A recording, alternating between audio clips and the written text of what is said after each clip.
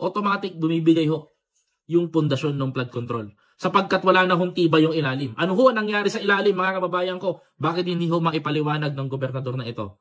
Dahil ho sa pagmimina. Papalay-panay lagi ang sisi ng sisi. Makapal, manipis, ganito, ganyan, substandard. Ano ho ba ang substandard talaga? Kung standard naman ho ang bakal na ginamit upang sasapat lang sa kakayanan ng flood control na yun. Mahirap po magbida-bida. Ngayon, ano ho ang humina doon sa parte na yon, mga kababayan? Ano ho ang humina, mga kababayan ko, pagdating ho sa usapin na yon? Ang humina ho dito, yung pundasyon sa ilalim ng, mga kababayan ko, ng flood control.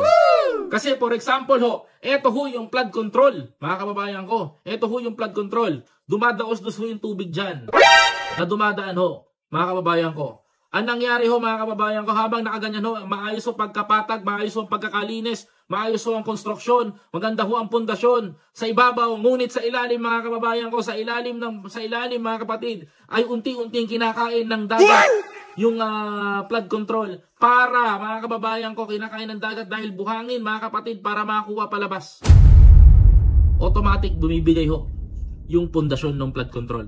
Sapagkat wala na hong tibay yung ilalim. Ano ho ang nangyari sa ilalim, mga kababayan ko? Bakit hindi ho maipaliwanag ng gobernador na ito?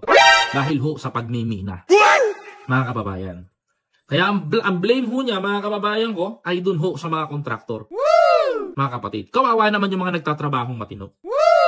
Papalay-panay lagi ang sisi ng sisi. Makapal, manipis, ganito, ganyan, substandard. Ano ho ba ang substandard talaga? Kung standard naman ho ang bakal na ginamit upang sasapat lang sa kakayanan ng flood control na yun. Mahirap po magbida-bida.